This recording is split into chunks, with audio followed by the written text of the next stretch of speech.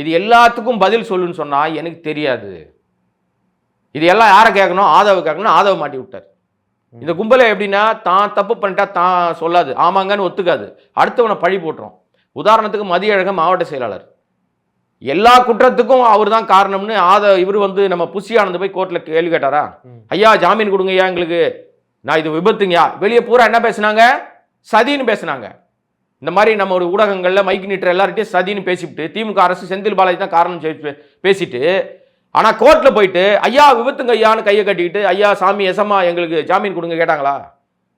அது மாட்டி விட்டது யாரு? ஐயா நான் பொறுப்பு இல்லைங்க, எல்லாம் மதியழகன் மாட்டி விட்டது புஷி ஆனந்த். நீ எல்லாம் ஒரு பொதுச் செயலாளரா? பயந்து ஓடுறனே என் கட்சிக்குள்ள வர, நீ அரசியலுக்கு ஏன் வர? இவங்க மட்டும் இல்லை, இவர்கள் எல்லாம் தலைவனா இருக்கிற விஜயே பயந்தாங்கொள்ளி தான். 30 நாள் தலைமறை வாழ்க்கை, எங்க இருக்காருன்னே தெரியாது. 30 நாள் வெளியே வரல.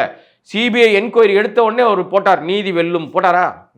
அதான் நீதி வச்சு செஞ்சுக்கிட்டு இருக்கு. இப்போ 2வது முறையா போயிருக்காரு. இன்னைக்கு முதல் நாள் ஒன் வேர்ட் ஆன்சரா, 2வது முறை இன்னைக்கு பெரிய கொஸ்டின் எலாபரேட்டா எஸ்ஏ எழுத சொல்லியிருக்காங்க. இப்போ நடந்தது என்ன சொல்லு அப்படின்னு.